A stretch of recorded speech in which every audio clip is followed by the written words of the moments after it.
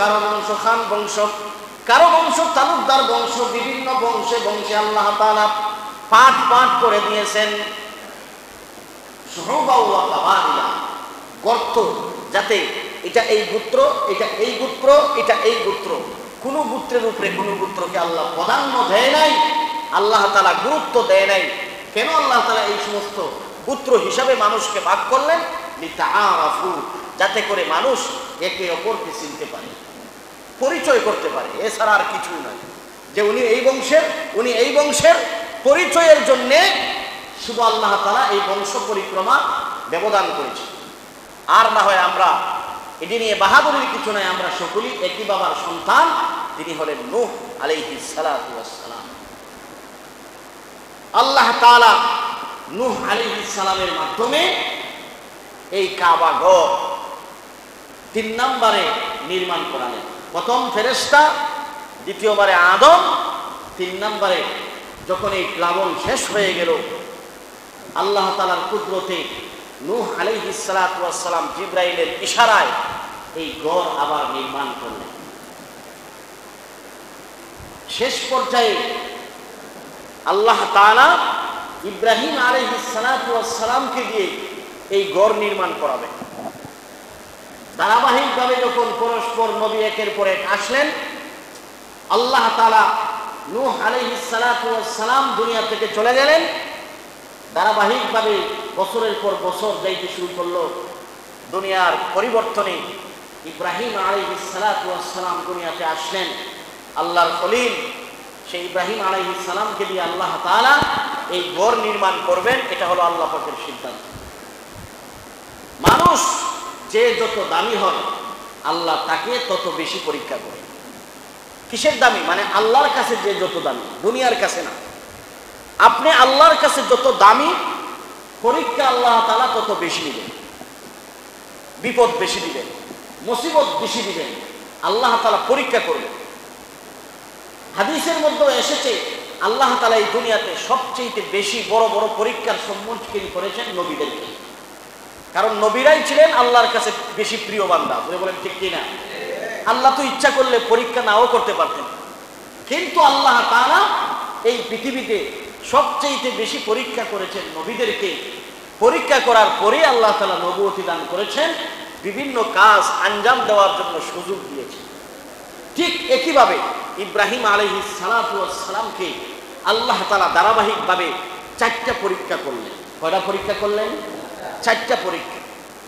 প্রথম পরীক্ষা হলো ইব্রাহিম আলাইহিস সালাতু ওয়াস সালামকে নমরুদ আগুনে নিক্ষেপ করলো। তিনি যখন যুবক, তিনি যখন টাটকা বয়স্কা, তখন তার ঈমানের পাওয়ার দেখে নমরুদ অগ্নিকাণ্ডের ব্যবস্থা করে সেই জায়গার মধ্যে, অগ্নিকাণ্ডের মধ্যে ইব্রাহিম আলাইহিস সালামকে পালালো।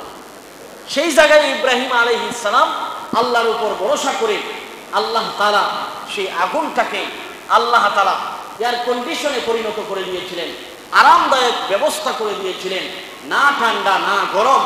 ওই জায়গায় ওই আগুনের ভিতরে ইব্রাহিম আলাইহিস সালাতু ওয়াস সালাম 40 দিন ছিলেন। সুবহানাল্লাহ। আল্লাহ তাআলা বলেন, কুল্লা ইয়া নার রুকুনি বারদান ওয়া সালামান আলা ইব্রাহিম।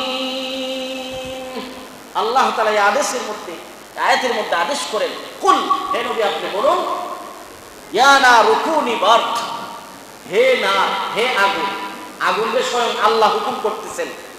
গত সপ্তাহে বলেছিলাম আগুন কার হুকুমে চলে? আগুন কার অস্ত্র?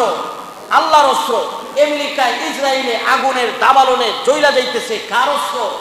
মুসলমানদের রক্ত আগুন হয়ে জ্বলতেছে। জুড়ে বলেন ঠিক কিনা? আল্লাহর অস্ত্র।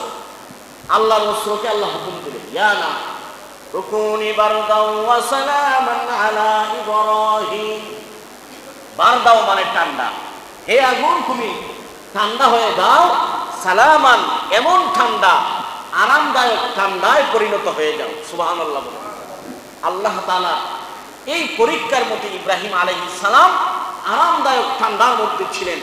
নমরুদ আগুনের ফাঁস দিয়া যায় আর বলে, কিরে আগুন, তোর কি কোনো পাওয়ার টাওয়ার নাই? পাওয়ারলেস হয়ে গেছে, ইব্রাহিমকে জ্বালাইবার ক্ষমতা তোর নাই। আল্লাহ তাআলা আগুনের জবান খুলে দিয়েছিলেন। আগুন সেদিন বলেছিল আমার ক্ষমতা আছে, কিন্তু আমি যার কথায় চলি তিনি আমাকে নিষেধ করেছে ইব্রাহিমকে জ্বালাইতে। তোমার যদি আমার ক্ষমতা আছে কিনা পরীক্ষা করতে হয়, তুমি এসে দেখো। সুবহানাল্লাহ বলে, তুমি আসো আমার কাছে, দেখো আমার পাওয়ার আছে কিনা। ইব্রাহিমকে আল্লাহ তাআলা ওই আগুনের কুণ্ড থেকে মুক্তি দিলেন। তারপর ইব্রাহিম বাতিলের কাছে মাথা নত করে নাই। জোরে বলেন ঠিক কি না? আল্লাহর অপশক্তির কাছে মাথা নত করে নাই। আল্লাহর কাছে যত বেশি দামি, তার তত বড় পরীক্ষা। 2 নম্বরে ইব্রাহিম আলাইহিস সালাতু ওয়াস সালামকে ওই দেশের রাজা নমরুদ তারা দেশান্তর করেছিল। ইব্রাহিম নবী হোক হিজরত করেছিলেন, তারপরেও বাতিলের কাছে মাথা নত করে নাই। 3 নম্বর পরীক্ষা, আল্লাহ যখন ইব্রাহিমকে বৃদ্ধ বয়সে সন্তান দিলেন ইসমাইল আলাইহিস সালাম, সেই ইসমাইল আলাইহিস সালামকে এত একটা আদরের সন্তান, সেই সন্তানকে আল্লাহ হুকুম দিলেন, ও নবী ইব্রাহিম তোমার প্রিয় বস্তুটা আমার নামে কুরবানি করে দেখাও। কুরবানি করে দেখাও, প্রিয় বস্তুটা কুরবানি করো।